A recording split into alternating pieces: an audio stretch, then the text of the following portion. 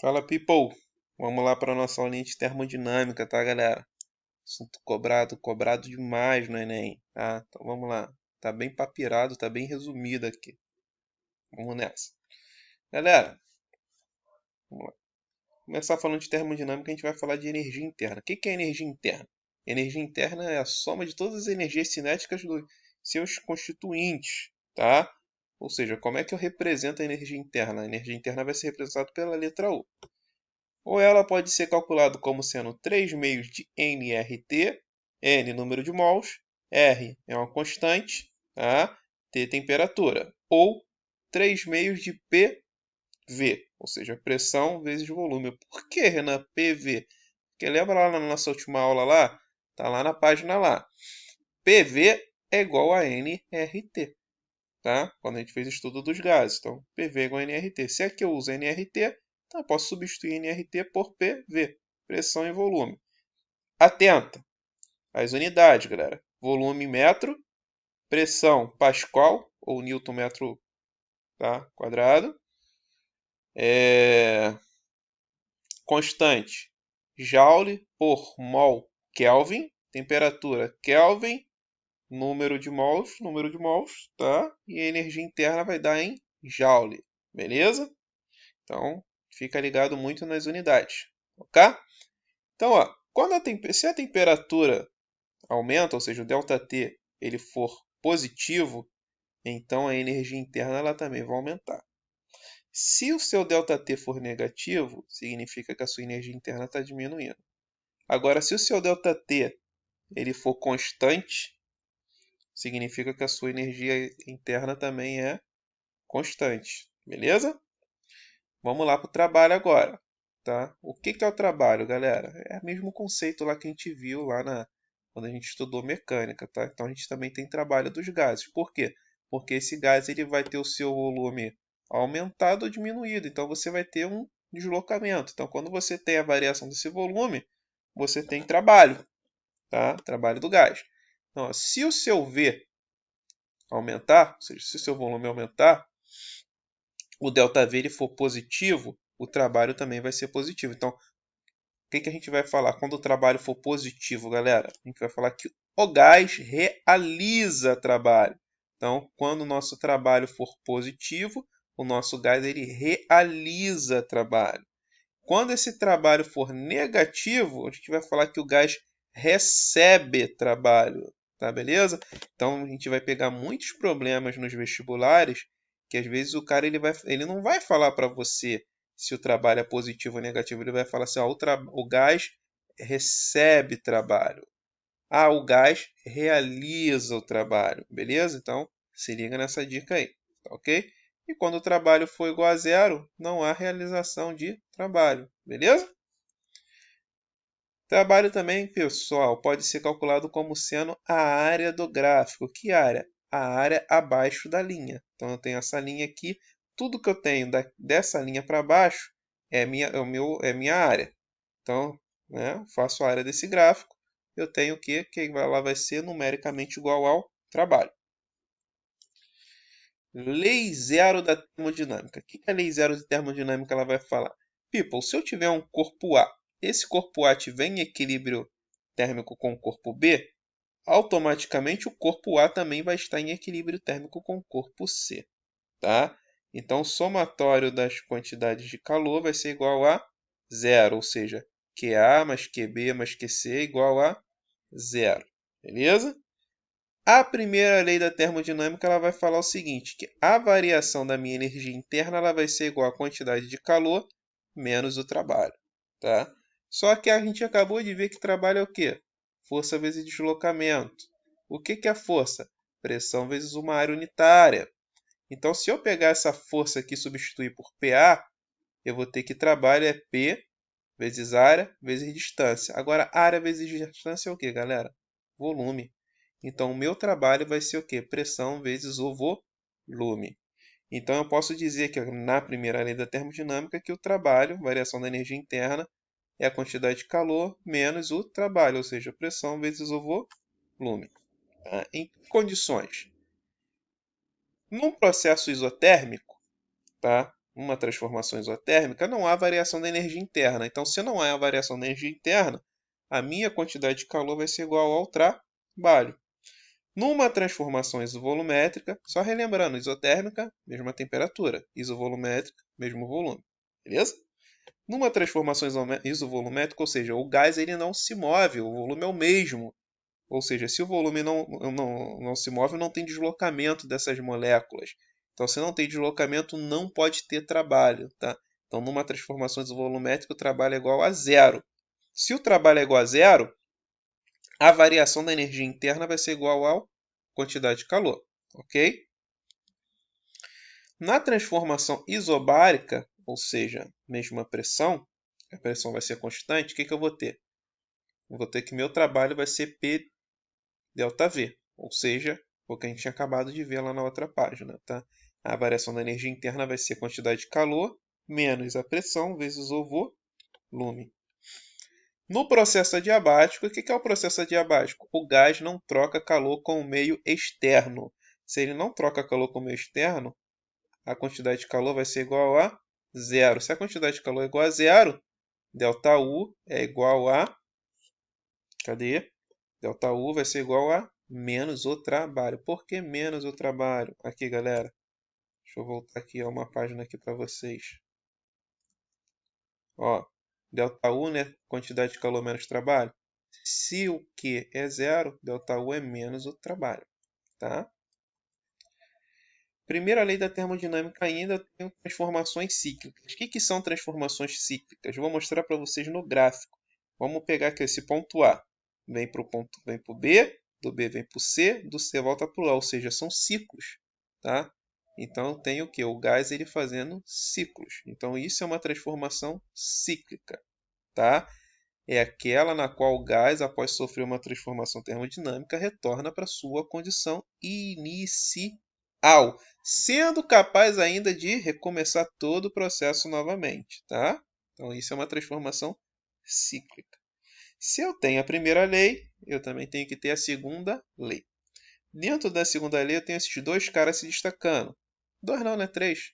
Clausius, Kelvin e Planck. Clausius ele deixou um enunciado. O que foi o enunciado dele? Ele vai falar o seguinte, tá? Grosseiramente falando, ele vai falar assim, olha, uma fonte quente, ela só pode transmitir calor por uma fonte fria. Não podendo fluir, tá? Uma fonte quente, ela só pode transmitir calor por uma fonte fria. Ponto. Uma fonte fria não pode transmitir calor para uma fonte quente por meios naturais. Ou seja, fonte mais quente cede calor para uma fonte mais fria.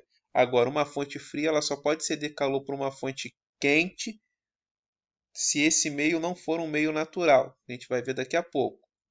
Tá? A gente está falando de geladeira. Tá? A geladeira é um meio natural? Não, não é. Então essa geladeira ela só funciona graças à eletricidade, ao maquinário, blá blá blá blá blá blá blá blá blá. Volta. Ou seja, num processo normal, tá? Dentro da natureza, dentro desse nosso habitat, um corpo quente sempre vai ceder calor por um corpo mais frio.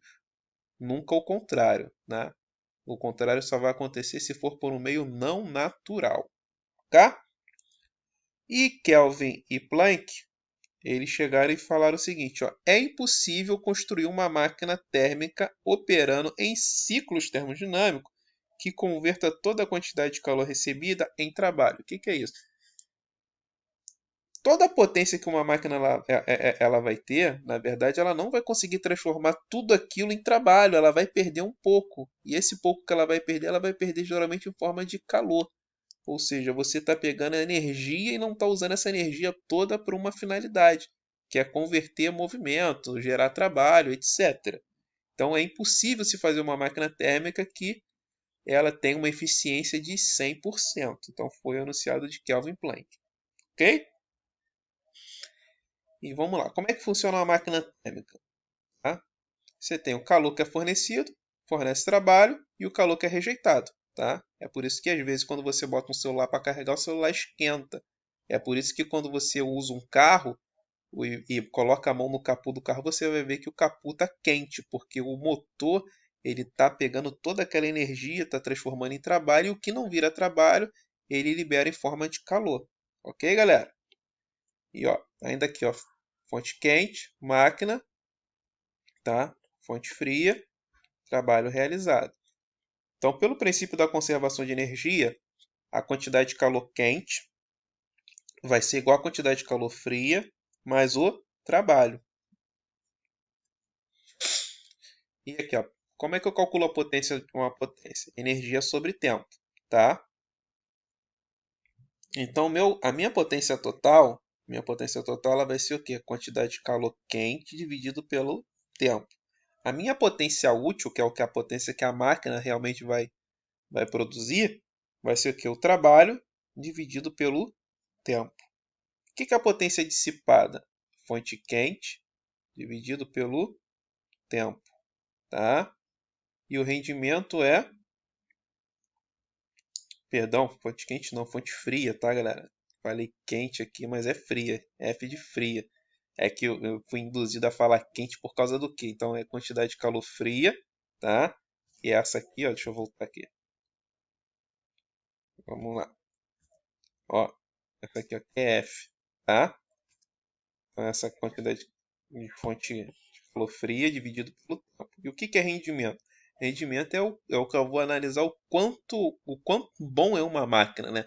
O quão capaz ela é de converter a sua energia em trabalho, sem perder muito calor. Quanto mais próximo for esse quociente de 1, melhor vai ser o meu rendimento, tá? Então eu posso calcular isso como sendo potência útil por potência total, ou 1 menos quantidade de calor de fonte fria dividido pela quantidade de calor de fonte quente. Quanto mais próximo isso for de 1, melhor vai ser o meu rendimento. Lembrando que é impossível ter uma máquina térmica com rendimento de 100%. Ok? Entropia, galera. O que é entropia? A entropia ela vai medir o nível de desorganização, tá? É isso aqui que rege o universo, efeito estufa, tal. O mundo ele tende a ir pro caos, ele tende por quê? Porque ele é regido pela entropia, que mede o nível de desorganização. Ciclo de Carnot, tá? Então o que o Carnot ele chegou, ele propôs? Ele propôs uma máquina térmica com o melhor rendimento possível, beleza? Logo após ele propor isso, ele chegou e falou o seguinte: olha, então se eu conseguir construir uma máquina térmica que ela tenha a menor entropia possível, tá? Essa máquina térmica ela vai ser uma máquina térmica muito boa, tá?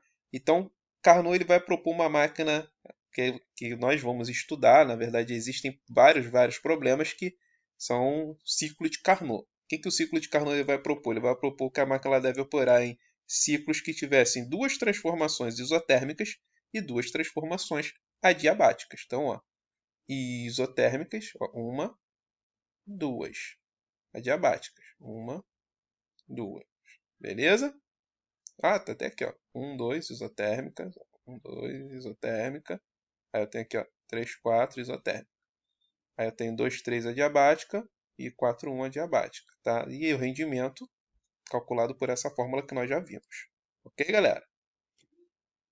Eu tenho aqui a eficiência também do ciclo de Carnot, que é a quantidade de calor da fonte fria dividido pelo trabalho. E aqui eu tenho, contrário ao que a gente tinha visto, né? É o esquemazinho do refrigerador, tá, galera?